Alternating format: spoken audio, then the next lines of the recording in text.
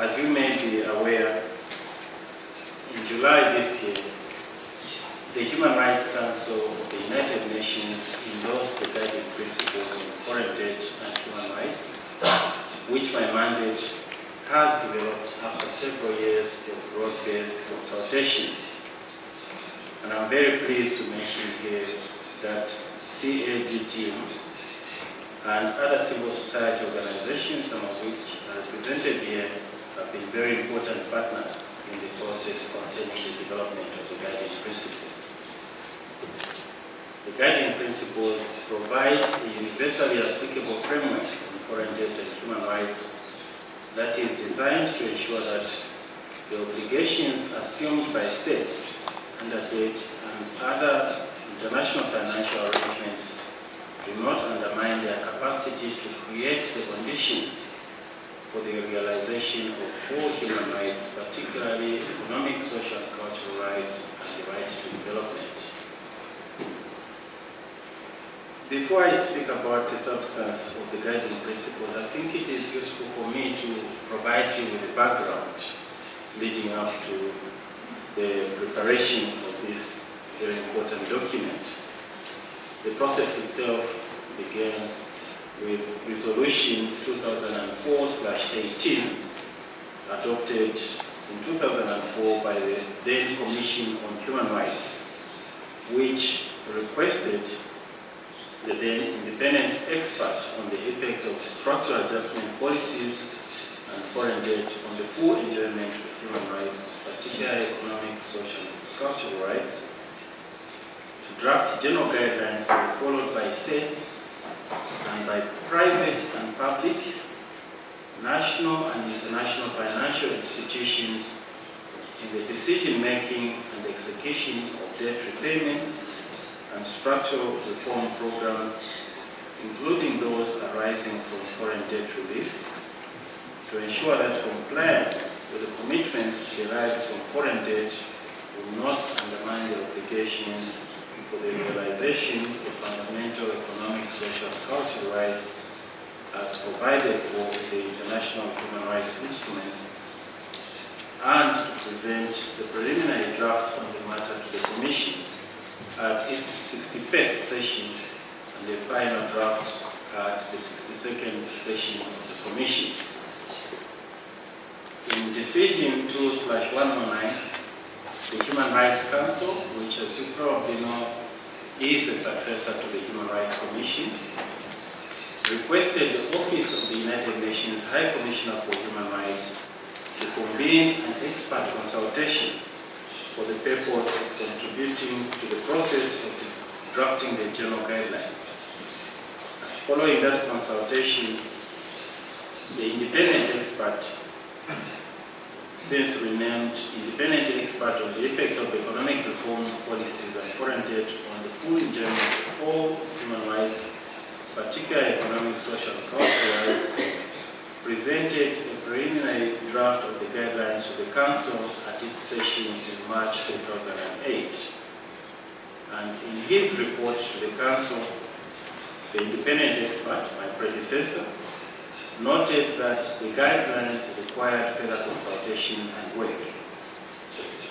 In its resolutions 7/4 and 11/5, the Council requested me to continue to work on the guidelines, including by seeking the views and suggestions of states, international organizations, United Nations agencies, funds and programs, as well as regional economic commissions. In its decision 12/119, the Council requested the Office of the High Commissioner for Human Rights to assist my mandate in the organization and planning of regional consultations on the guidelines.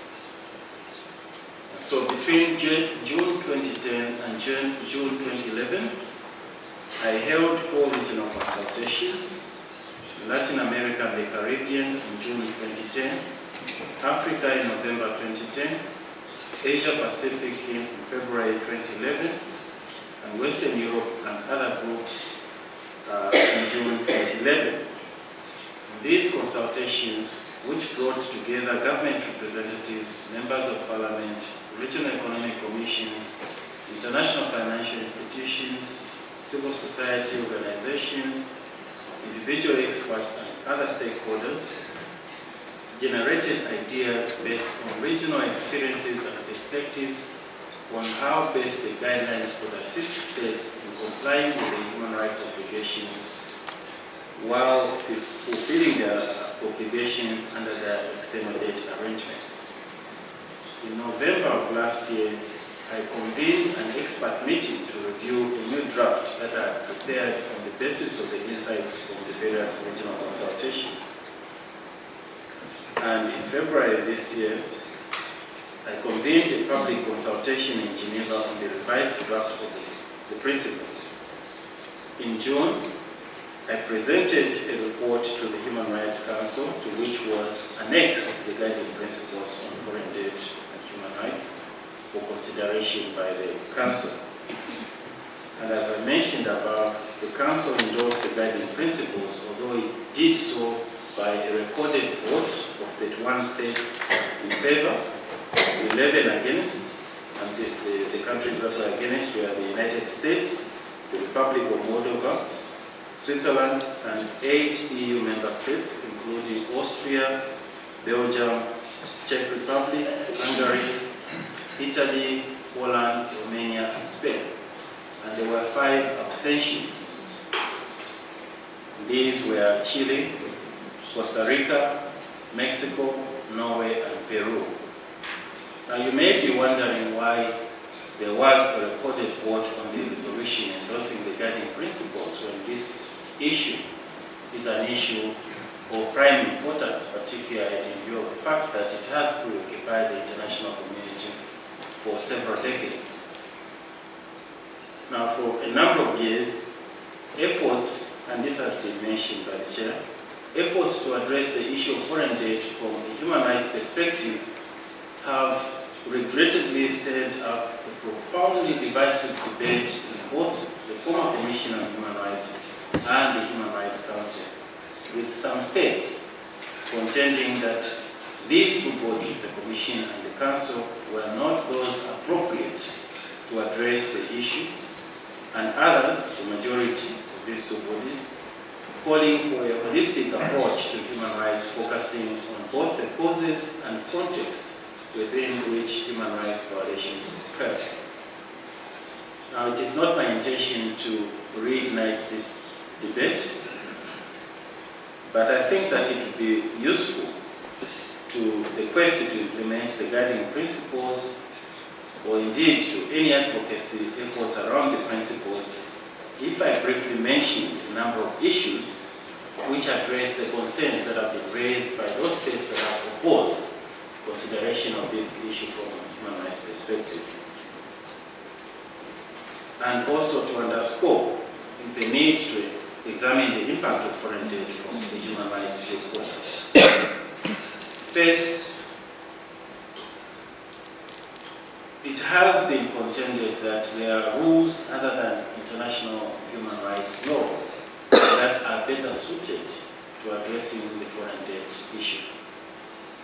I take a contrary view. I think that rules other than human rights law, and indeed other international forums, such as the World Bank and the IMF, and the Paris Club, which are presumably better equipped to deal with the questions of foreign debt, have thus far failed to deliver an equitable and lasting solution to the sovereign debt problem that is in line with the various commitments made by the international community.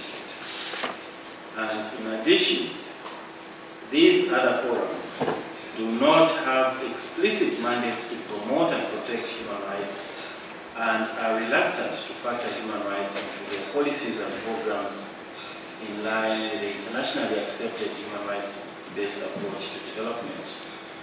And just to give you an example of the difficulty that we face, the Paris Club is an organization that is central to global efforts to deal with the sovereign debt problem. But the difficulty that we face is that in law, the Paris Club doesn't exist as an international organization. So how do you hold that particular organization accountable for the key decisions that it makes with respect to foreign debt? And as I mentioned, the other key organizations, the World Bank and the IMF, have explicit economic mandates, and although they have taken political decisions sometimes, when it comes to foreign debt, they are reluctant to deal with the issue through a human rights lens.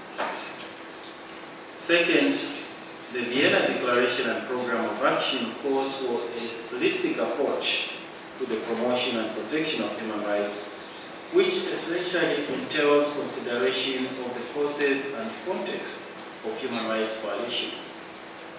So, with respect to the question of foreign debt, clearly, if excessive debt burdens and attendant onerous debt service obligations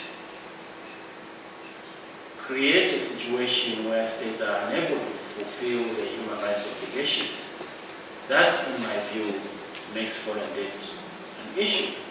We need to then examine the issue from, amongst other things, the human rights perspective.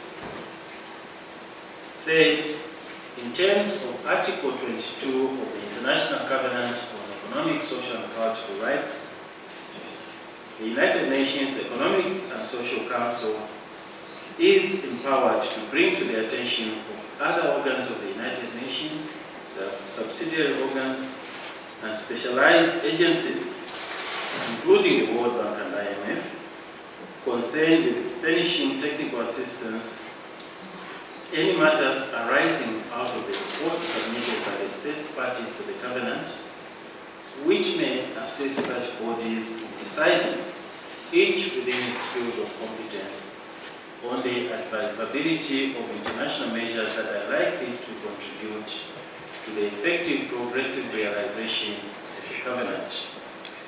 And according to the Committee on Economic, Social and Cultural Rights, which has responsibility for monitoring the implementation of the Social Economic Rights Covenant, this particular provision, that is Article 22, includes virtually all United Nations organs and agencies that are involved in any aspect of international development cooperation.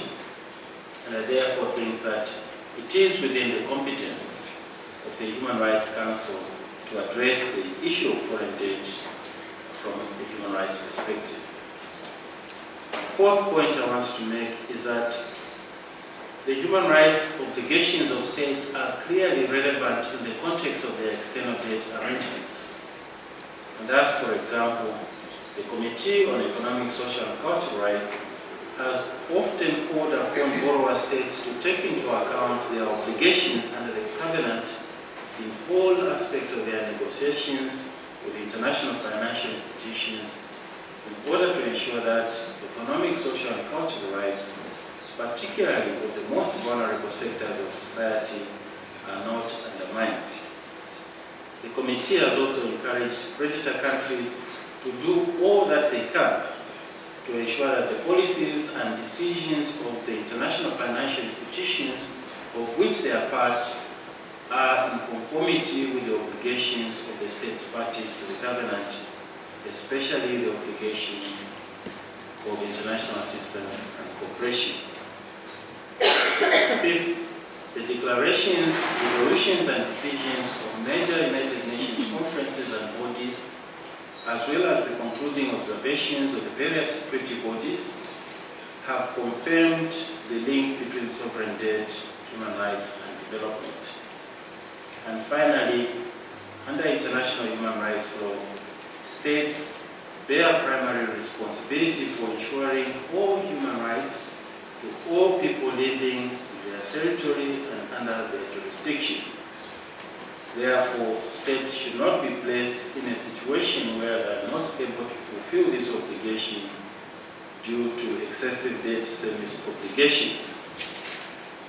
Now, the guiding principles that I will speak about in a moment represent a modest attempt to contribute to the quest for an equitable and lasting solution the debt crisis, which solution is not only in line with the political commitments made by the international community, but is also consistent with the human rights obligations of states.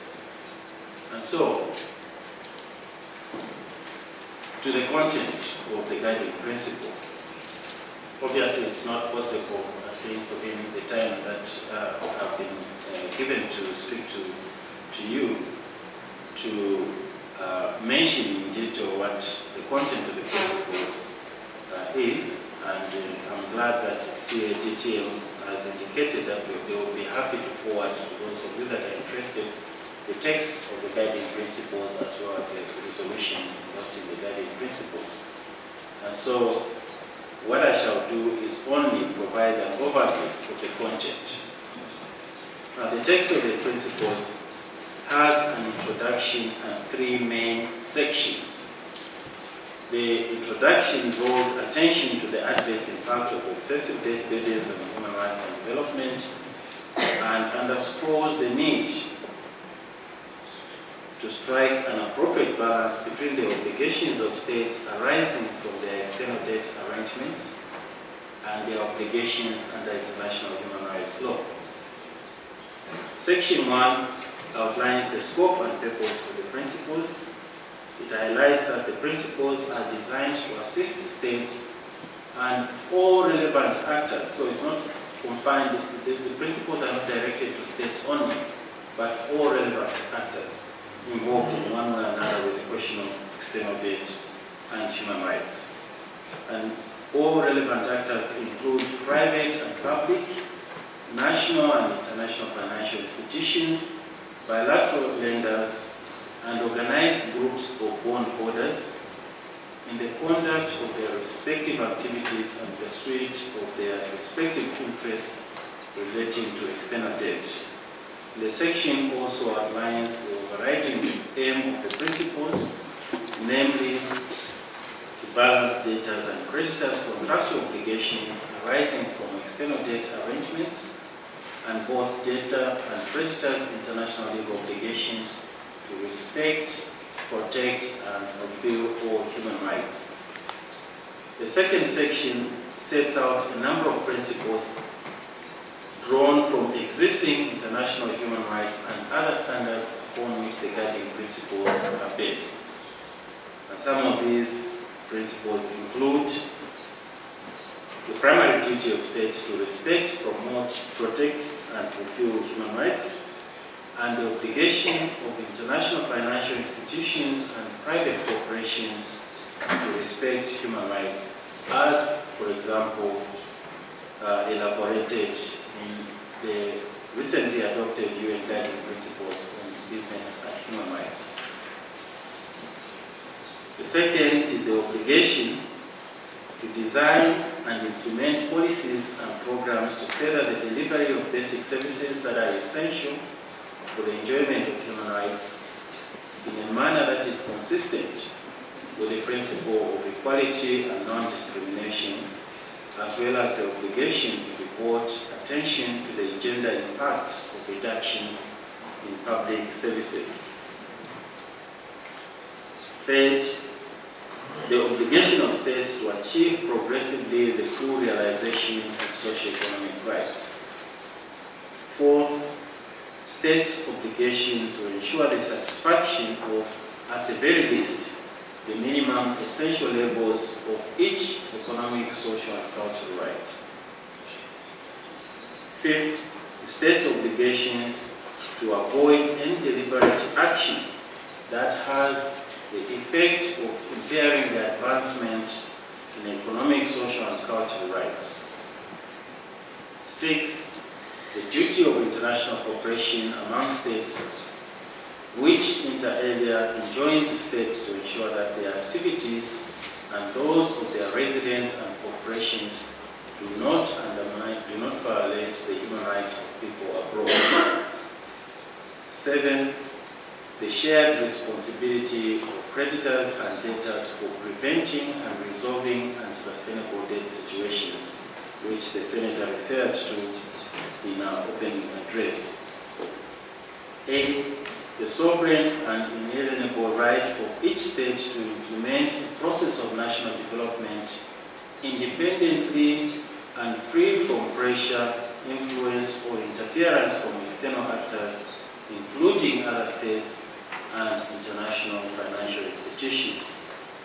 And the last principle of this section, or the last principles, are the principles of transparency, participation, and accountability with regard to loan contraction, loan use, and debt management. Section 3 elaborates what are referred to as the operational principles concerning external debt, sustainability of debt, national development strategy, and the resolution of debt-related disputes. And this particular section has 3 parts, or 4 parts, that correspond to these particular issues that I've mentioned. The part on external debt deals with the general legal and institutional framework for each country concerning external debt, decisions to borrow or to lend, the issue of loan negotiation and contracting, the legal authority of those that contract debts to actually contract, the use of loan funds, the question of debt servicing, the renegotiation and restructuring of debt, the question of debt relief, the question of debt moratorium, and the issue of sale of debt on the secondary market, as well as the sharing of risks of loans. The part on debt sustainability provides a sketch of the principles on debt sustainability assessments currently undertaken by the World Bank and IMF under their debt sustainability frameworks, the issue of public audits of debt and lending portfolios, and here let me emphasize what the principles speak to is not just the auditing of public debt, but also of lending portfolios. And the part also mentions the issue of contingent liabilities. These are liabilities that are put to states not directly by way of loans, but through some other means. For example, export credits, which states guarantee, and in the long term they might add to the debt of the state. Then there's a part on national development strategy, which emphasizes that such a strategy should be country-owned or nationally owned, and should contain the development goals that are responsive to the needs of the people in that particular state. In other words, the principles underscore that national development strategies are the exclusive preserve of a particular country and should not be subject to influence or direction from external actors. The part on debt resolution stresses that debt repayment problems and debt-related disputes must be resolved by an independent and impartial international mechanism, which should also have the mandate to determine the odiousness or legitimacy of sovereign debt. Let me now turn to the crucial point. Now that the guiding principles have been endorsed by the Human Rights Council, the question is, how do we implement these principles? And I would like to make a few suggestions in this regard.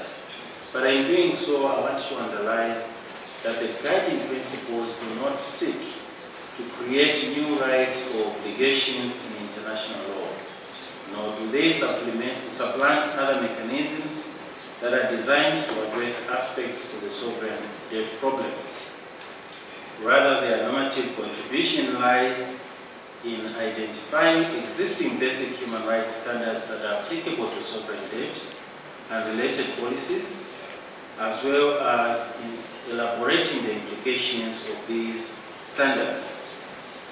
Moreover, the principles should be seen as a complement to other initiatives on sovereign debt, such as the United Nations Guiding Principles on Business and Human Rights, the United Nations Conference on Trade and Development, the draft principles on promoting responsible sovereign lending and borrowing, and the international debt relief mechanisms. In endorsing the principles, the Human Rights Council encouraged all governments, relevant United Nations agencies, funds and programs, as well as the private sector to take into consideration the guiding principles when designing and implementing their policies and programs relating to external debt. But beyond this, I believe that the guiding principles can be used to inform the establishment of national policy, legislative and constitutional frameworks on debt and related issues that not only promote and ensure transparency and accountability in public debt management processes, but also help states to comply with their obligations under external debt arrangements without undermining states' human rights obligations. I also believe that debt campaigners can use the principles in their advocacy efforts, including by encouraging governments to ensure transparency and accountability in loan negotiations or in debt management, through lobbying governments to enact legislation limiting the ability of voucher funds to recover extortionate sums from heavily indebted countries, by calling attention to the harmful impacts of conditions that are attached to loans and debt relief, as well as in efforts to establish an independent and impartial international sovereign debt workout mechanism. At this stage, the principles are what can be characterized as soft law. So it may not be possible to invoke them in legal proceedings. But I believe, and I would suggest that, depending on the context, the guiding principles could be used as international norms of persuasive value, wherever the opportunity might provide a space.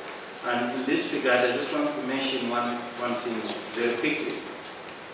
Some of you might be aware of the decision taken on the 2nd of October this year, later confirmed on the 11th of October, by the Commercial Court in Accra, Ghana, in terms of which an Argentinian naval vessel has been detained to force the Argentinian government to pay the voucher fund NML Capital, which is linked to a New York-based hedge fund, Elliott Management. This hedge fund has been pursuing the government of Argentina for quite some time, ever since the Argentinian government declared the suspension of their debt obligations and subsequently went on to restructure their debt obligations with various creditors. This particular voucher fund refused to participate in those efforts and has been pursuing the Argentinian government since then. And I should mention here also that the Argentinian government is not the only government that is under siege from voucher funds. It's been happening all over the place. But I want to mention the Argentinian case here because it provides an example of how the principles can be used. I've been in contact with the Latin American NGO called Dialogue 2000. They've given me information concerning this particular issue, and I've used that information to write an official letter of allegation to the government of Ghana. I'm not questioning the decision of the court, but I'm urging the government of Ghana to consider passing legislation which would limit the ability of voucher funds to litigate in the Ghanaian courts. The organization has also invoked the principles in a letter that it has sent to the government of Ghana, to the president of Ghana, where it points out its concerns over the actions of this particular voucher fund. So that is just one example of where debt campaigners can actually use the guiding principles to draw attention to some of the issues that concern them, for example, voucher funds. Now, in order to assist states and other stakeholders in implementing the guiding principles, the Human Rights Council has requested that I prepare a commentary on the guiding principles. And in preparing the guiding principles, I will again follow, well, I will not have regional consultations this time, but I will approach many stakeholders, including some of you participating in this seminar that might be interested, to provide comments on how best states and other actors can best implement the guiding principles. And I hope to complete the process of preparing the commentary next year. Hopefully, maybe by the end of the year, I should have the commentary on the draft guiding on the guiding principles. In closing, I believe that the guiding principles will make an important contribution to the quest for an equitable and enduring solution to the debt problem, as well as to efforts to establish a more just international economic order in which the rights elaborated in the Universal Declaration of Human Rights and other international human rights instruments can be fully realized by all. I think that we need to accept that addressing the sovereign debt problem as a purely economic problem has worsened rather than resolved the sovereign debt crisis. And I'm convinced, utterly convinced, that we'll be more successful if we adopted a human rights-based approach to the issue, which places the human person and their rights at the center of all efforts to deal with the sovereign debt crisis. And has been my inclination since I assumed the mandate. I stand ready to work with all stakeholders, including all of you here, to find an equitable and lasting solution to the problem that balances the obligations of states under external debt arrangements with their primary obligations to respect, protect, and fulfill all human rights. I thank you for your attention.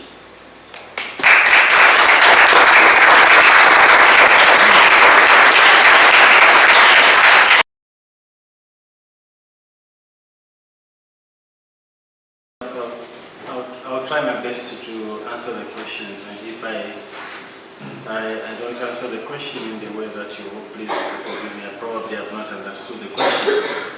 I think there was a question from Solange from the Cote d'Ivoire, two questions. This related to the Argentinian case that I mentioned. There are several things that are going on at the moment. I know that there are diplomatic discussions between the two governments that are involved. But beyond that, my mandate has been locked in because, as you probably know, as special procedures, we have a duty to respond to allegations that have been made by interested stakeholders in a situation such as this. When I learned about the situation itself, my initial response was to prepare a public statement in which I would have raised concerns, which are also reflected in previous work that I've done on voucher funds, about the seizure of the Argentinian ship. But it's just opportune, really, that the organization that I've mentioned has raised concerns over the incident itself, and that in itself gives me a leg to stand on, if you like, so that in raising my concerns with the government of Ghana, I'm not seen to be questioning the decision that has been made by an independent court, but rather discharging my responsibility as a mandate holder to raise concerns over the particular issue.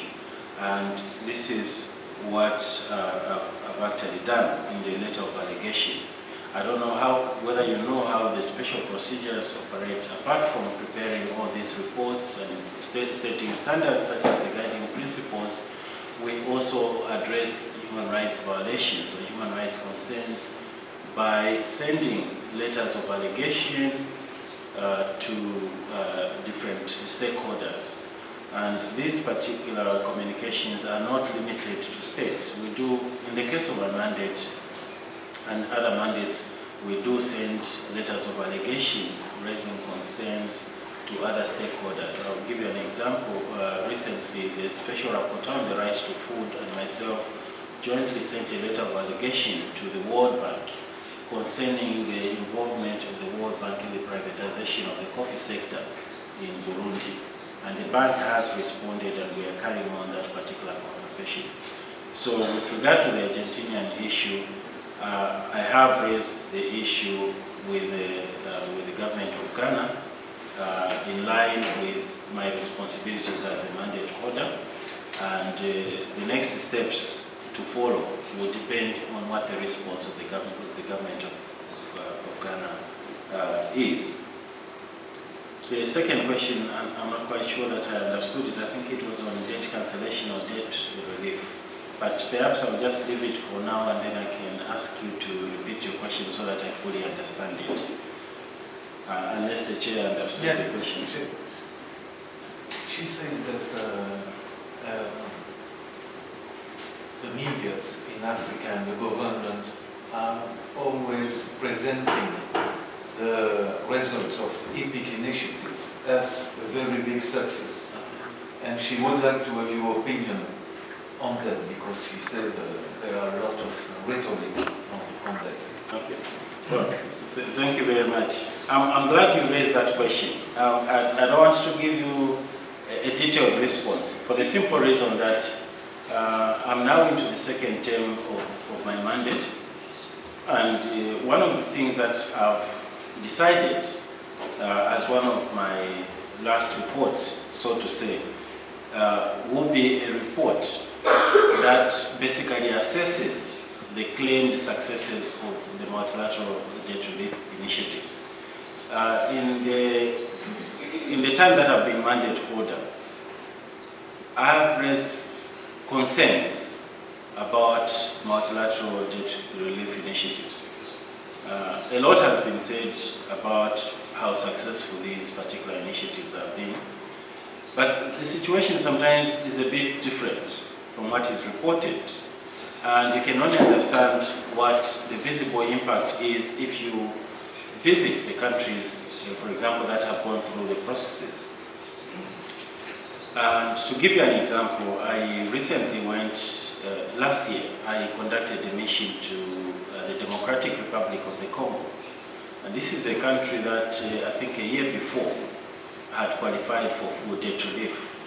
Now the interesting thing is that virtually no one in Kinshasa knows about, is aware of, the impact of the debt cancellation that the country is supposed to have benefited from. But perhaps a more fundamental question, or a more fundamental issue, should be the realization that debt relief does not automatically mean cancellation of the debt. Quite often what happens, and this has happened in the case of the Congo, quite often what happens is that the debt is simply postponed. So it's not entirely written off. And I can give you, more detailed information on that if you want. I know for a fact that not the entire debt, the 13 billion debt that the DRC entered the EPIC initiative with has been cancelled. A significant portion of it has been postponed to give the country breathing room. But how to postpone repayment of the debt in a situation where a country has no prospects in the medium to long term really of repaying that particular debt? What you're simply postponing is the problem itself. You're not resolving the problem. And these particular initiatives were meant to resolve those particular problems. Okay? And this is why I'm saying that I intend to devote one of my last reports on an assessment of these particular claims that are made by these international institutions. If you look at the reports by the World Bank and the IMF on the status of implementation reports, the message for the last 5 years or so, the message has always been the same, very vague message. You know, so much debt relief has been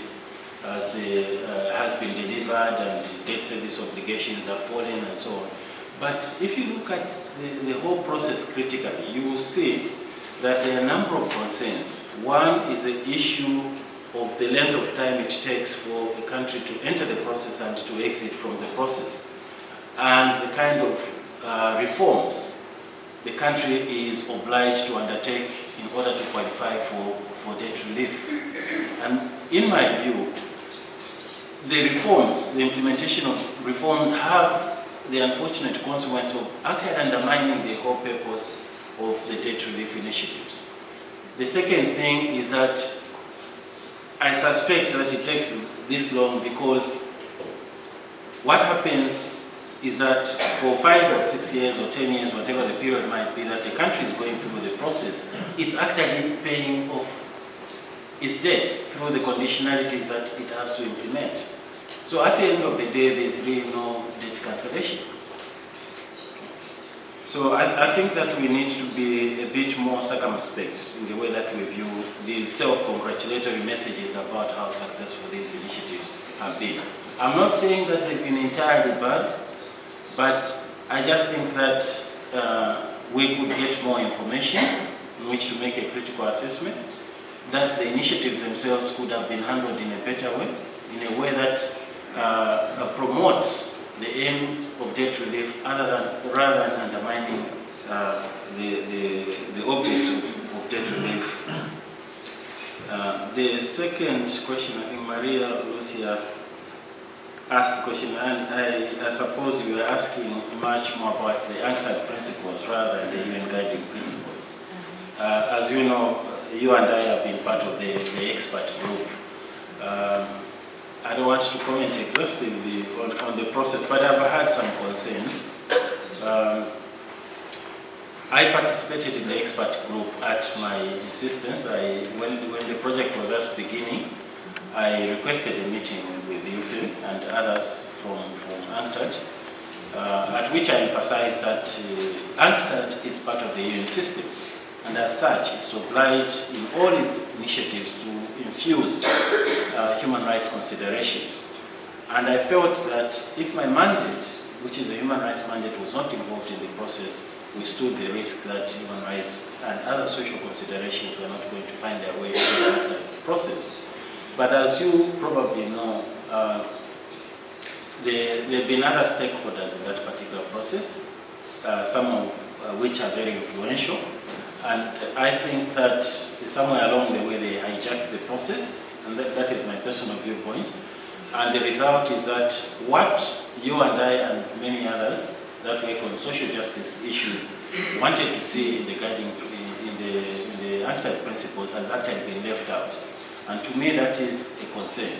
But we must understand that this was a 3-year project. The sponsors of the project wanted to see some kind of progress at the end of the 3-year period. And so what has happened progressively over the period from the inception of the project itself has been a series of compromises, which unfortunately have not worked out to the advantage of those of us that work on human rights and social justice issues. And so the end result is exactly the concerns that you've raised, which I totally agree with. I'm not sure how the process itself is going to unfold. Unfortunately, I've not participated in the last few meetings because I've had other commitments related to the mandate. Yeah, but I take the point and I fully agree with the concerns that you have raised. One would have expected, I think, to see more attention devoted to the concerns that you have raised. That said, there is maybe the problem, I think, began from the way the project was conceived and the way it started. You will recall that at the very first meeting of the expert group, we had a discussion paper that was prepared by 2 US-based experts. One, a private legal practitioner that has advised people of countries, whatever the situation might be, on sovereign debt issues, and another, an academic who, in my view, is not necessarily very sympathetic to the social justice cause. And that has framed the discussion on the guiding principles, and unfortunately the end result is what we see in this particular document. It is a document that is based on compromise. I think CADTM has been moving very quickly to try and get so many countries on board, so they didn't really want to put in many contentious issues. You also remember that we had these exchanges by email, where some people were absolutely adamant that certain issues, like issues of odious debt, legitimacy of debt, shouldn't find their way in the principles. But unfortunately, this is what happens when you are negotiating documents at the international level. You don't always end up with a perfect document that you want. And in public, I want to thank you for defending me on that discussion. That was hard, and you defended. Thank you.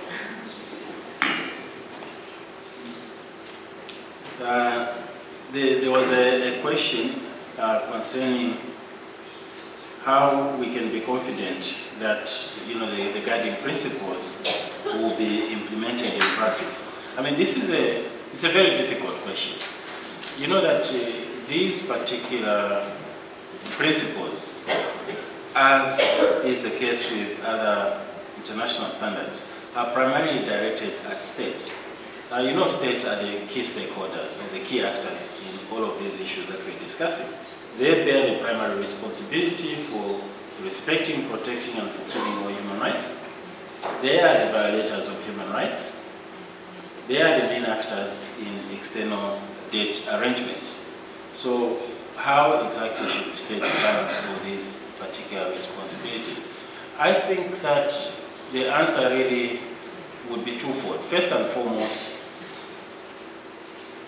we have to insist that the guiding principles have been produced at the request, the specific request of the states, the member states themselves.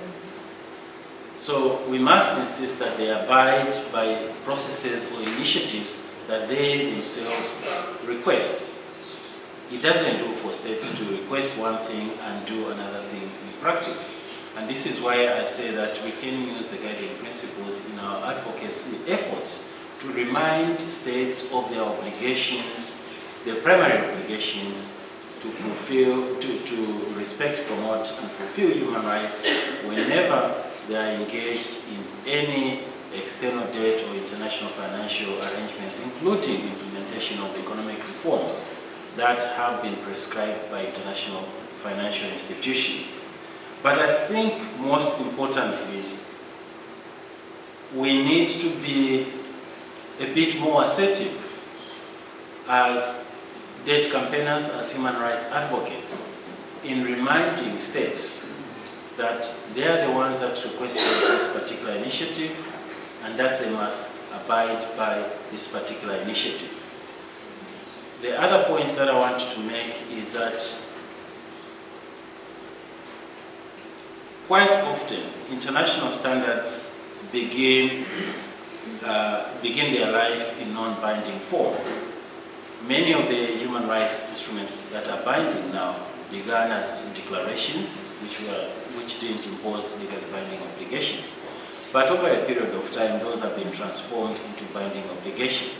So the same thing can be said about the guiding principles. Depending on the level of adherence and invocation by states and other actors, they begin to gain a bit more force, more legal force, in the sense that they could eventually be transformed into customary international, whatever the case might be. And so I think that we, at this stage, we should not be skeptical about whether or not the guiding principles are going to change anything. They certainly will not change anything overnight. And this is why I mentioned at the beginning the context within which this debate has taken place in the Council, which Eric also mentioned, you know, the powerful states basically opposing it. I think we all know what the reason for that is. But at the same time, I think that there is a positive to be taken out of the fact that at the time that the mandate was created, the perception was that debt problems were the preserve of developing countries because they didn't know how to manage their debt. They're simply careless about it. But what is happening in developed countries, particularly in Europe now, where most of the countries actually oppose the mandate, suggests that that wisdom, which was conventional at that particular time, is no longer tenable. Debt problems, you know, affect every state. They are a manifestation of an inequitable international economic system which needs to be fixed. So the guiding principles themselves are but one of the suggested solutions to what is the broader problem, that is fixing the global economic order. Without that, we will have eruptions of all kinds of crises.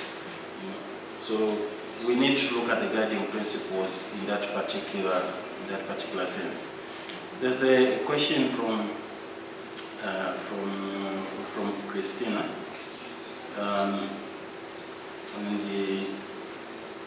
She mentioned, I think, this question of balancing between debt service obligations and implementation of human rights. The guiding principles themselves make a number of points, I think, which are relevant. There is a section on debt servicing and debt repayment, which sort of addresses the question that you've asked. In paragraph 48, for example, and if you allow me, Chair, I'll just read what it says. Paragraph 8 says, debtor states should ensure that their level of debt servicing is not so excessive or disproportionate relative to their financial capacity and other resources as to amount to a diversion of their resources away from the provision of social services to all persons living in their territory and under their jurisdiction. 49 says debtor states should use their financial resources optimally in order to realize all human rights. And it recognizes that excessive or disproportionate debt servicing that takes away financial resources meant for the realization of human rights should be adjusted or modified to accurately reflect the primacy of human rights. In other words, the principles take the position that beyond debt servicing actually should be of primary consideration. Sorry, not debt servicing. Promotion, protection, and respect for human rights should take primacy over debt service obligations. Where a state is placed in a situation that it is unable to fulfill its human rights obligations because of debt service obligations, clearly there is a need to adjust those debt service obligations. This is not a new thing. It's a principle that is accepted in domestic law, under insolvency laws. If you go to court and you say you cannot pay your debt, the court will look at whether you, in paying your debt, you are sacrificing your basic needs. And most often, under insolvency laws that I know of, the court will come to a conclusion or order an arrangement where, first and foremost, you know, you fulfill your basic needs, and then you have enough left over to service your debt. This is not a new principle. What the guiding principles basically reflect is something that is accepted in all national jurisdictions. Then the principles also remind debtor states that they should not allow their external debt repayments to reach an excessive or disproportionate level. Here again, the obligation is that states must ensure that in their budgeting processes they make adequate provision for social investment, and that everything that is that debt servicing itself does not take away resources from their primary obligation to provide basic services. So it's really a question of balancing. The other thing related to your question is a question of debt sustainability assessment. In both the guiding principles and in previous reports on the issue, I've made the point that the question of debt sustainability is something that we need to revisit. At the moment, it's overwhelmingly focused on economic considerations. How much does a state earn to be able to repay its debt? The question, in my view, is how much does a state earn to be able to provide basic services to the people and to have a little left over to fulfill its contractual obligations? So again, underscoring the primacy of human rights obligations. The other question was, I think, accountability of bodies such as the European Central Bank. I know that the Parliamentary Committee of the European Parliament has raised concerns about lack of accountability that has come into play by the involvement or the power of bodies such as the European Central Bank, the IMF, the Paris Club. So the question really is one of reminding states and citizens, demanding that states are primarily accountable to their citizens and not to these international organizations. No one has elected the officials that come to negotiate with the various countries that find themselves in crisis. But the people that negotiate on behalf of the state have been put in government by the people, and they must be responsive to the needs of the people as they carry out negotiations with these particular institutions. So thank you. I hope I've answered your questions.